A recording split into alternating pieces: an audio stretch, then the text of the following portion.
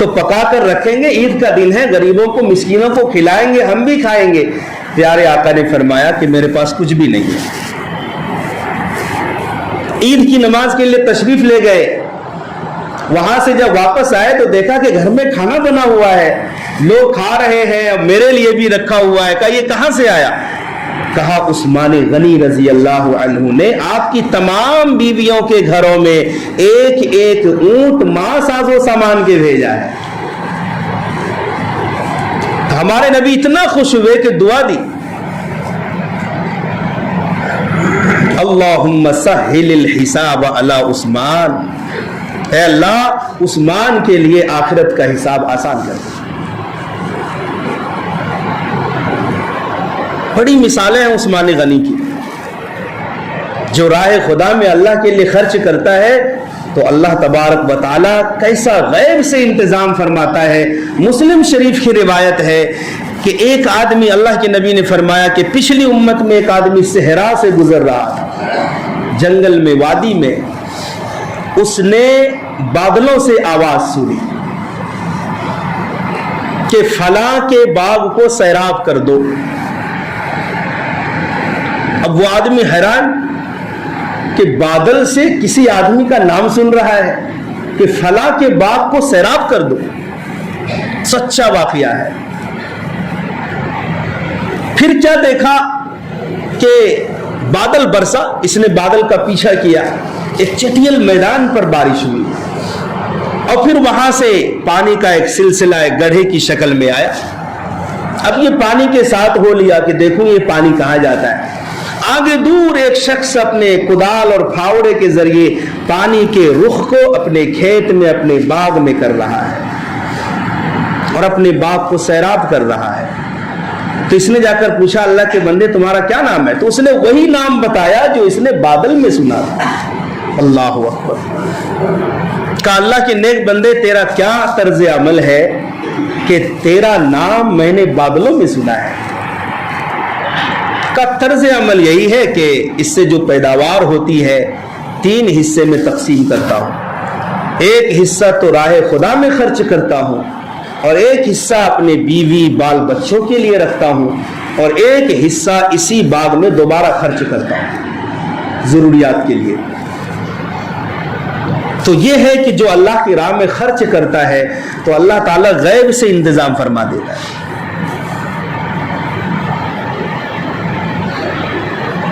جب یہ آیت کریمہ نازل ہوئی, لن تنالوا البر حتى تنفقوا مما تحبون, تم ہرگز نیکی کے کمال درجہ تک نہیں پہنچ سکتے جب تک کہ اپنی محبوب ترین چیز راہ خدا میں خرچ نہ کر دو.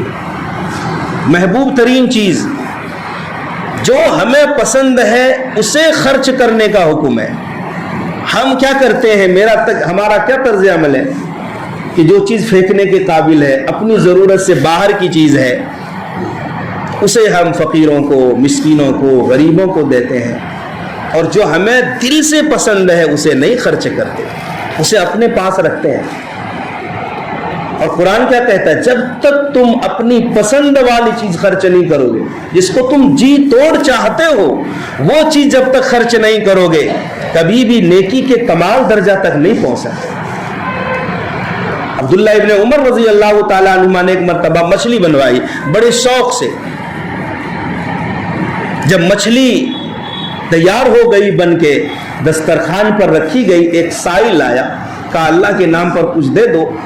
عبداللہ ابن عمر نے کہا کہ یہ مچھلی اٹھا کر سائل کو دے دی جائے. گھر والوں نے کہا کہ گھر میں اور بھی چیزیں ہیں کھانے کے لیے, وہ دے دیں گے. کہا نہیں, اللہ نے کہا ہے کہ جب تک تم اپنی محبوب ترین چیز کو راہ خدا میں خرچ نہیں کرتے نیکی تک نہیں پہنچ سکتے.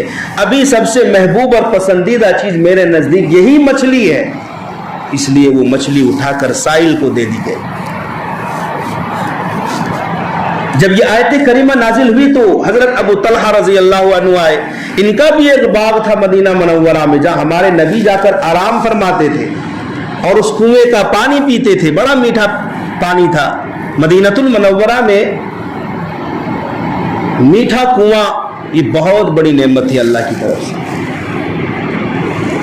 کہا یا رسول اللہ, اللہ کہتا ہے کہ جب تک تم محبوب ترین مال خرچ نہیں کرو گے نیکی کے کمال تک نہیں پہنچ سکتے. یا رسول اللہ میرے پاس جو میرا باغ ہے اور وہ کنواں ہے وہ سب سے محبوب ترین چیز ہے, وہ میں راہ خدا میں دینا چاہتا ہوں.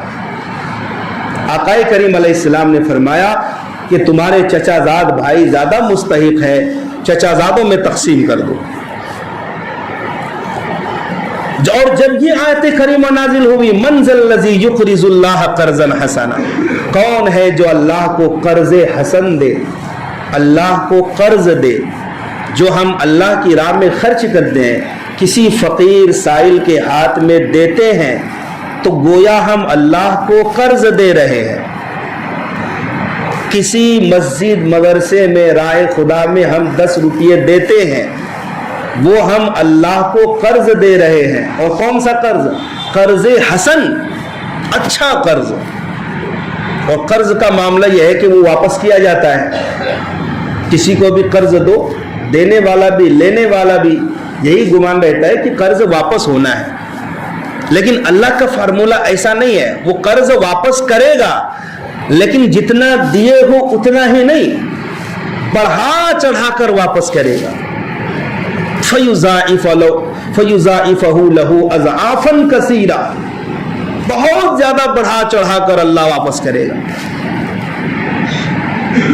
جب یہ آیت کریمہ نازل ہوئی کہ اللہ قرض مانگتا ہے, حضرت ابو الدہداء رضی اللہ تعالیٰ عنہ آئے, اللہ اکبر, 600 کھجوروں کے باغات, معمولی بات نہیں ہے. اور اسی باغ میں بیوی بچے بھی رہتے تھے ان کے.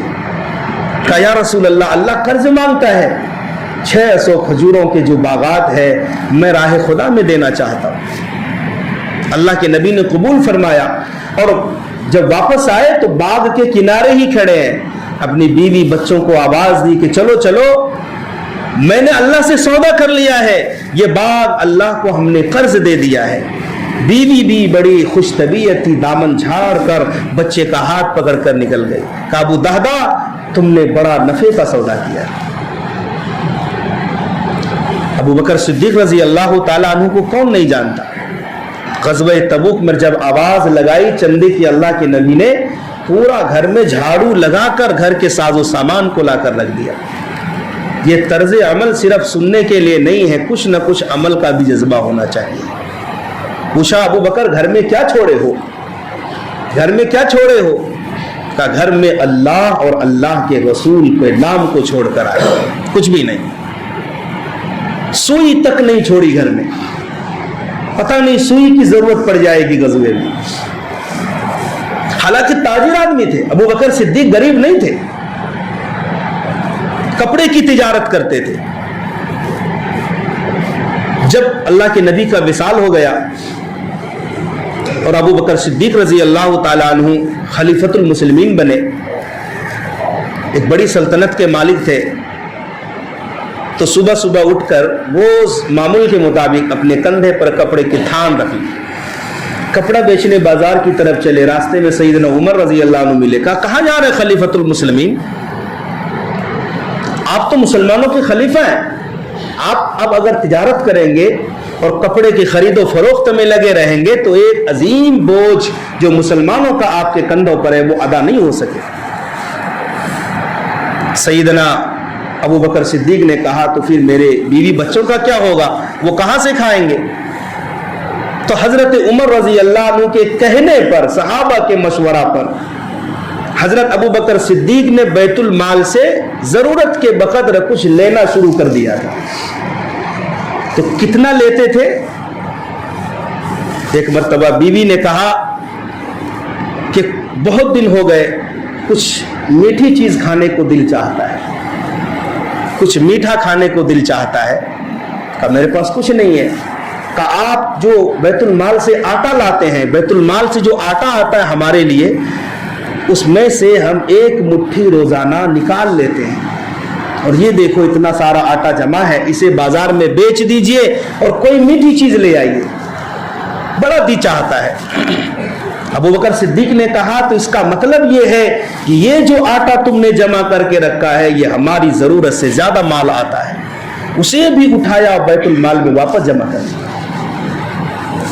اللہ اکبر، یہ ہے جنت کے راہی۔ دنیا سے کچھ بھی حصہ نہیں لیا ان لوگوں نے، صرف جنت بنانے کے لیے، آخرت بنانے کے لیے، رب کو راضی کرنے کے لیے اپنا سب کچھ لٹا دیا۔ جب انتقال ہونے لگے تو فرمایا اپنے بچوں سے کہ مجھے پرانے کفن میں، کپڑوں میں کفن دینا، میں نیا کفن لے جا کر قبر میں کیا کروں گا، نیا کفن لے کر کیا کروں گا۔ اور پھر ایک مکان تھا ان کا، کہا جب میرا انتقال ہو جائے تو اس جائیداد کو بیچ دینا اور بیت المال میں جمع کر دینا اس کی قیمت۔ تو میرے بھائیوں، صحابہ کرام کا یہ معمول تھا۔ عبد الرحمن ابن عوف سب سے بڑے سرمایہ دار تھے صحابہ میں۔ انہوں نے غزوہ تبوک کے موقع پر سونا چاندی کا ڈھیر لگا دیا۔ کہا عبد الرحمن کتنا لائے ہو؟ کہا اللہ نے مجھے گن کر نہیں دیا تو میں بھی گن کر نہیں لایا۔ تو میرے بھائیوں، ہر ایک کو راہ خدا میں خرچ کرنے کا جذبہ رکھنا چاہیے، چاہے وہ غریب ہو یا امیر ہو، خوشی میں اور غمی میں، امیری میں اور غریبی میں، ہر حال میں راہ خدا میں خرچ کرو۔